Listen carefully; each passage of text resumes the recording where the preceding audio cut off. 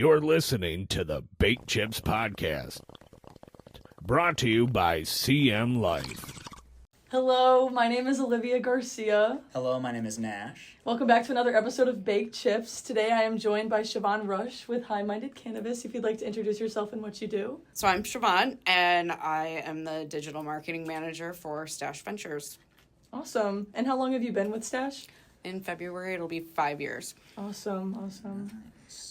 So just to get started on what you guys do you think you could start off by telling us about just the origins of your brand and what inspired the High Minded brand and its creation? Sure. So High Minded, it's precision farmed. So it is, craft cannabis and being, dialed into what we do. So, we go by precision farming. Yeah, and you guys are farming in Mount Pleasant as well. In Mount Pleasant, right down the street, yes. Yes. So they got away from me. You're familiar with the product, obviously. Yeah. Do you have any favorite strains or like a preferred way to consume? Well, my favorite strain is Crush OG because it's named after me. Really? There you go. Ain't that fun? So, so that flower, which is actually the strain is Zookies. So it got named after me for... It started kind of as a joke. I was it's not a joke. I was diagnosed with breast cancer in April of 2022. I had been with Stash for about a year at that point, and talking about it with them and like what was going to happen over the next few months. I said, I just don't want anybody to make a big deal, but I would like a strain named after me. Of joking, but it actually the more we sat on it, it was kind of like, well, we could probably do some good with this. So Crush OG proceeds go to Angels for Hope, which is here in Michigan. So the money stays locally, and it's all for families going through breast cancer. So that's awesome. That's my favorite strain. It comes in flower, live resin vape, and concentrate. So you get to pick whichever one you like to use. Yeah, love the options. Yeah, totally. that's awesome. Yeah. So what is your favorite way to consume? Mostly flower, yeah. And it varies on the day and what time of day and where we're at as to how with flower. So, I still have a bong that we bring out on Saturday mornings for brunch. There you go. That's so fun. And then mostly packing cones and stuff. Okay, cool. Yeah. And do you work in the Mount Pleasant location, or are you somewhere else in Michigan? No, I'm actually in Indiana. So, our owner is based out of Indiana, and being one of the first group of employees, they were kind of taking people from Indiana and Michigan at the time where we lived. So, there's only a few of us there, actually, and most everybody is here in Michigan now. That's awesome. Mm-hmm. Yeah. It's digital. I do digital marketing, so it's not often that I need to be up. I used to be around a lot more, but now that I've kind of moved digital, you can be remote a little bit. Yeah, totally. So what does a day in the life look like in your position? So the digital marketing side, I handle the websites. So making sure that they are working and that you can order online. We have an app at both stores, so Cloud and Timber. So I manage all of the app. I do all of the messaging for the app, which is also our loyalty program. So as you buy, you gain points, and I make sure that all of that is working correctly and come up with all of the stuff to send out to bring people into the stores. Yeah, that's really cool. Yeah. I'm a big Timber fan. I go there exclusively now just because I'm going to be 22 in a week. Uh-huh. So I've kind of gotten a better understanding of my preferred ways to smoke or just consume. And I feel like with Timber, it's just good quality every time. And it's so reliable. Yeah. So, it really is. I mean, it's it's precision farmed. So, it's been interesting to see when I started, we had one retail location and cultivation wasn't built out, processing wasn't there. So I've been there through building out the other Timber stores, which now we have seven of, and then the, acquisition of Cloud. So now there's 18. So it went from 1 to 18. We have three cultivations. and processing. So it's gotten much bigger from the 15 people that we were with. For sure. Yeah. Oh my gosh, I didn't even see your shirt. It's Crush OG.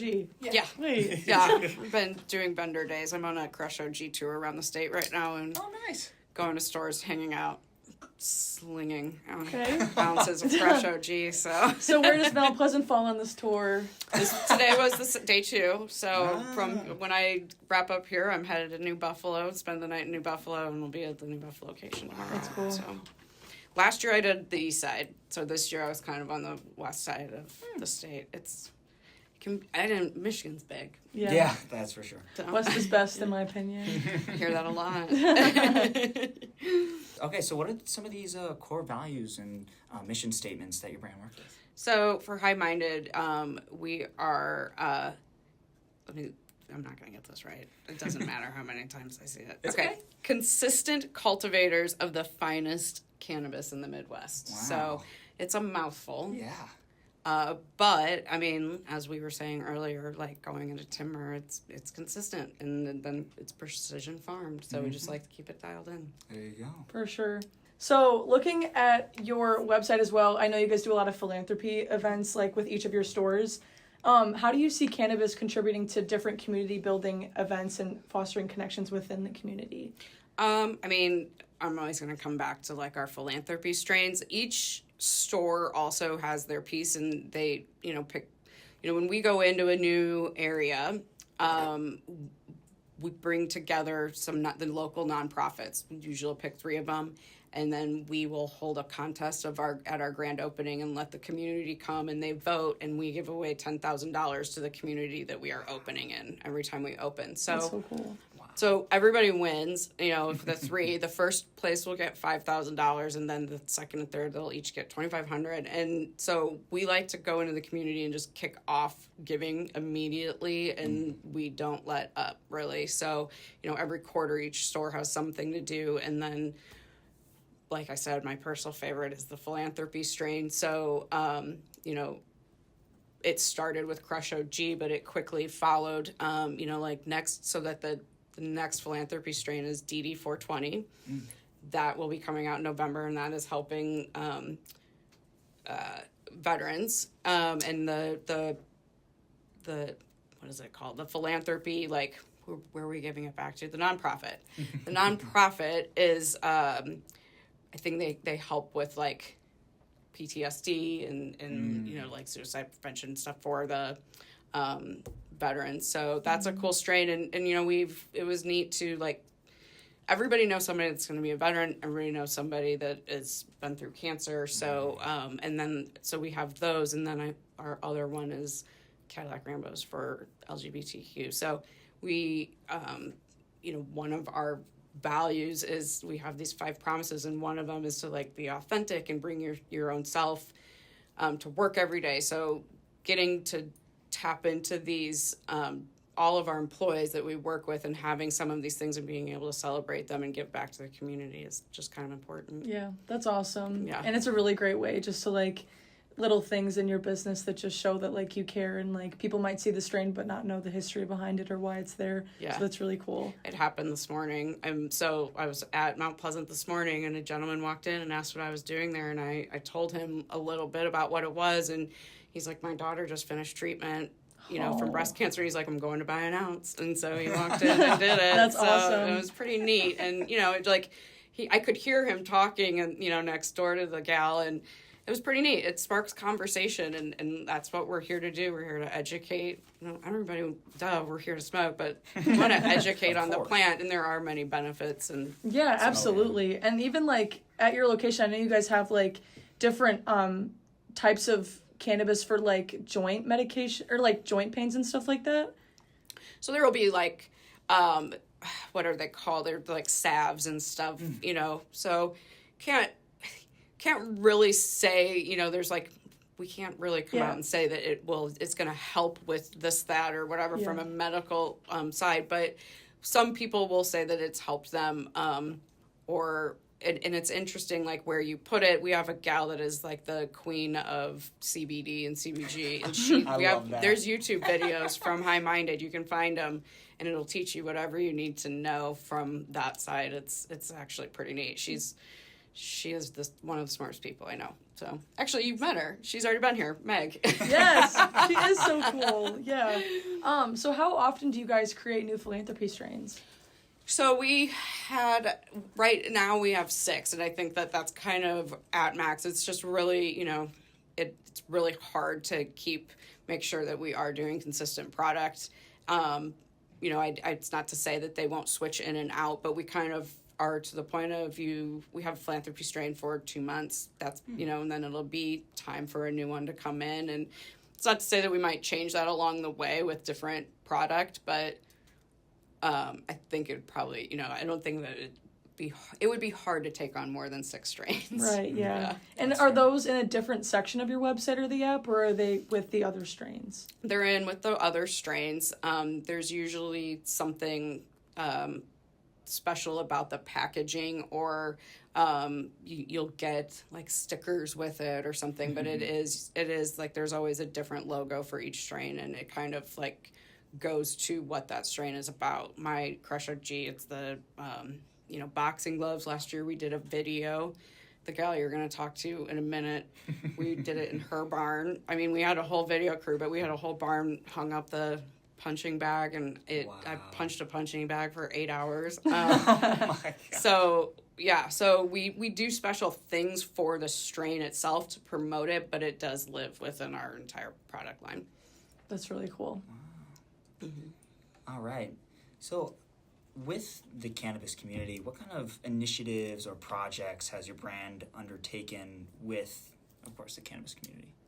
So Breland's going to be your best person for this, and I'm sure she will expand. But like I said, there's, when we go into the community and when we open a store, and we do that by letting the customers vote. That's a big initiative. So that starts off right away. We know who 3 people are in the community that we can be partners with. It is a very interesting thing because a lot of nonprofits can't take cannabis money. We try to give it away, and they just can't take it because if they are funded federally or whatnot, then they can't take cannabis money. Right. Gotcha. So it's really good to find, and then obviously it's usually the smaller places that need the most help. So partnering with those places, bringing them into the community, that's one of our biggest ones. And then honestly, like through these philanthropy strains, it's getting like hunting down the places that need this, like Angels for Hope and trying to think, it's 92 for 22, I believe, for DD 420. So that's kind of how we get involved. There's those dead. Where do these flies even come from? This has been a thing for so long. I'm done. I'm coming around. There's flies on the wall. You can hear You it? can hear it? Yes. Are you kidding? There's like 4 of them in there. You think opening the window would help? Or make it worse? Oh. Probably worse. Well, because one of the things, so like that's how, from a retail side or cultivation, with the strains or with the nonprofits when we open, but then also all of our employees get 16 hours of volunteer hours with, nice. While you're employed with us. So we very much encourage every employee to get out, find your own charity to be a part of, and then also volunteer with those along with our other give back.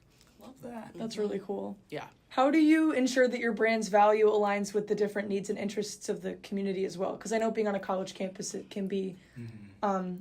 Yeah, it's pretty interesting. Even like just every community is different. And so it usually will be coming out like as you're opening up a store, and there's like I said, these nonprofits that want to get involved. To be honest, everybody loves animals. It will be, there's always going to be a humane society. Yeah. We love to have them at the store. So that's usually where it ends up for a lot of our give back. But it's what the community votes for. So. Totally. Yeah, so kind of along those lines, when you were talking about challenges, what are some of like those bigger challenges that you have run into when building a community around cannabis, and what have you guys done to overcome those?